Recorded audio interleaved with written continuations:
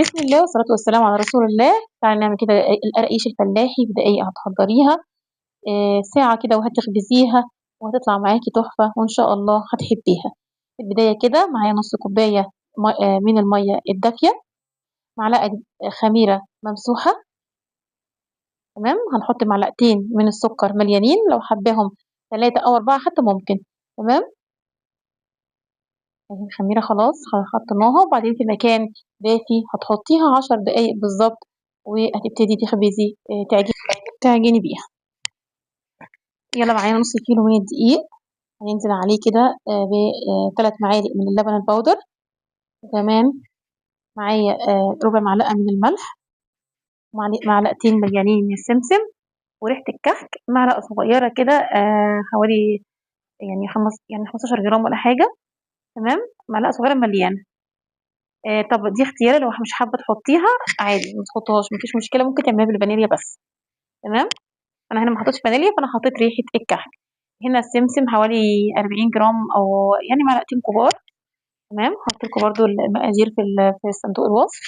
أنا معايا هنا كوباية كبيرة اللي أنا يعني عملت بيها الدقيق، عايرت بيها الدقيق، هي اللي هعاير بيها السمنة، تمام. معايا معلقة من كوباية كبيرة من السمنة، هنزل بيها واحدة واحدة، تمام كده. لحد ما أفركها كلها كده، كأني أتعامل معاها كأني بعمل كحك. تبتدي تفركي كده في الدقيق ما بين ايديكي كده لغايه ما كل الدقيق يتشرب السمنه بتاعتك. لو حباها مقرمشه زياده ممكن نحط نص سمنه ونص زيت. انا هنا حباها تكون ناعمه وطريه شويه، فهحط كلها سمنه، تمام. انا يعني برضو مش بحبها طريه قوي، فبدوس عليها في السوا شويه، بحمرها زياده عشان كده، عشان تبقى ناعمه قوي، يعني بتديني نعومه كويسه وفي نفس الوقت فيها قرمشه بسيطه. انا بتحكم في التسويه، لكن السمنة هنا بتبقى كفاية إنها تكون ناعمة، تمام. وحباها قراقيش يعني شبه اللي هي البقسماط شوية، ممكن تضيفي تخليها زيت كلها، تمام. طيب هنا بقى بدأت هنا أفرك السمنة، خلاص خلطتها كلها شربت السمنة، وبدأت أنزل بقى بالمية الدافية. المية هنا نص كوباية، المفروض تنزلي بيها كلها على طول، لأن هي لو هتحتاج معلقتين 3 مش أكتر من كده بعد كده. يعني نص كيلو هنا هياخد حوالي كوباية إلا ربع من المية بس للعجن، تمام. يبقى هنا انزلي بالخميرة على طول، وابتدي بقى إيه، لمي بيها بصوابعك، ما تعجنيش، تمام. بصوابعك كده ابتدي لمي بيها زي ما انت شايفة كده، تمام. وبعدين خلص بقى الخليط بتاع الخميرة، وبعدين يعني أنا لقيت هنا محتاجة كمان معلقتين مية، فضفت كده إيه حوالي من معلقتين ل3 معالق مية، يعني كانت واخدة كوباية إلا ربع بالظبط من المية، ده النص كيلو، تمام. طبعا هتعملي كيلو يبقى هتضاعفي الكمية، بدل 4 كوبايات من الدقيق أو نص كيلو من الدقيق، اللي هو كيلو من الدقيق، تمام. لا لو مش 4 كوبايات دقيق يبقى 8 كوبايات من الدقيق، يعني الكمية دي خدت كوباية سمنة واحدة بس، تمام. وحطينا السمسم، حطينا الخميرة والسكر، كل الحاجات دي مكونات بسيطة خالص، وإن شاء الله هتكون موجودة، وتقومي دلوقتي تحضريها مع كوباية شاي بلبن كده تبقى قمر. والله ممكن تفطري بيها وممكن كمان تتعشي بيها. شايفة؟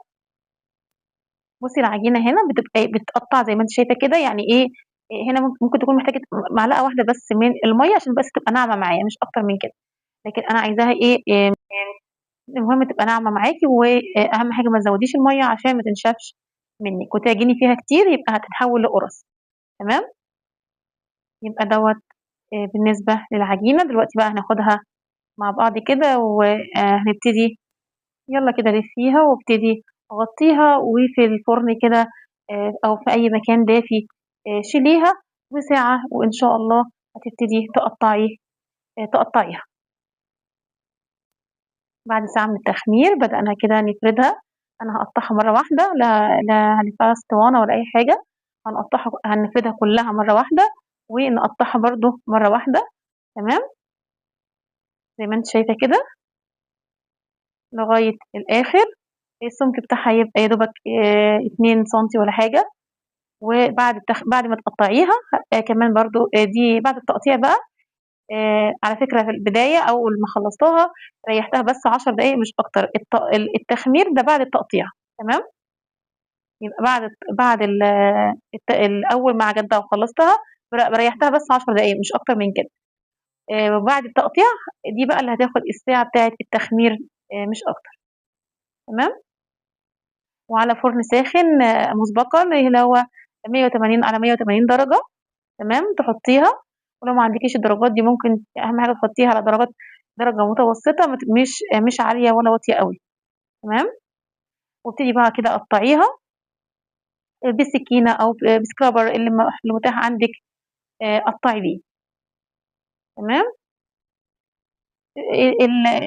الطول بقى براحتك انت برضو اعمليه بأي شكل شكليه. تمام. ده كده بالنسبة للتقطيع. في هنا بالنسبة لدرجة الحرارة قلنا 180 درجة.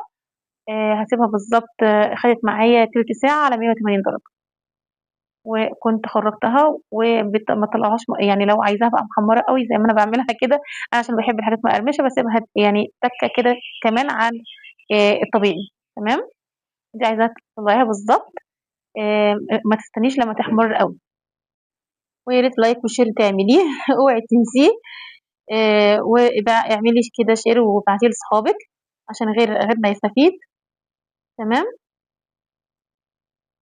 يلا بقى عشان نبتدي ندخلها الفرن ونشوف بعد التسوية كان عامل ازاي. طبعا بحط كمان هنا الاصابع، ما بدهنش الصواني خالص. لو تحطي في صينيه تحطي في صاج زي ما انت عايزه، ما تدهنيش الصينيه لانها اصلا في سمنه